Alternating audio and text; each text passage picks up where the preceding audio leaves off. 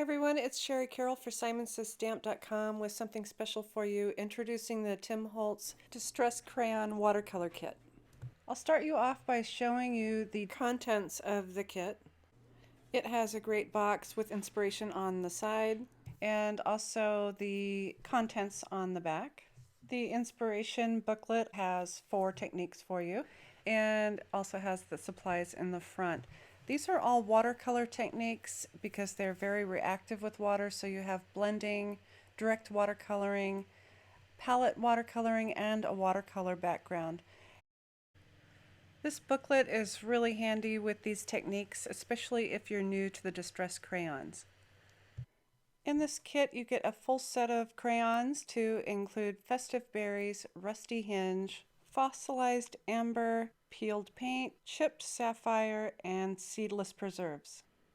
For your watercoloring needs, you get a paintbrush and 5 sheets of the Tim Holtz watercolor cardstock. You also get a mini ink pad of the black soot, a really fabulous stamp set with a butterfly, and also an acrylic block. I'll be creating a watercolor background with the cardstock, and once again I'll be speeding this up to fit it into the time allowed.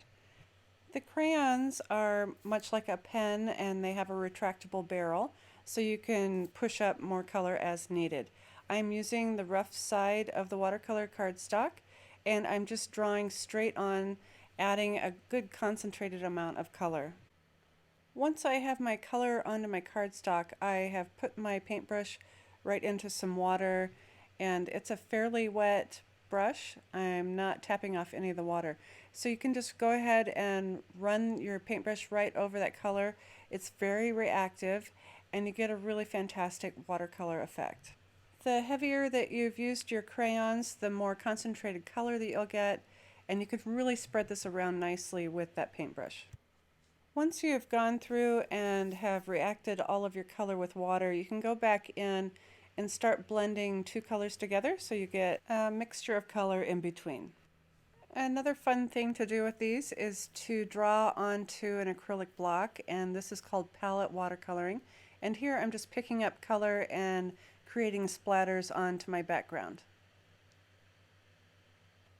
Once your background is completely dry, it's ready to add some stamping and to place onto a card. I hope I've given you some inspiration and a better understanding of the Tim Holtz Distress Crayon Watercolor Kit. And as always, thanks for watching.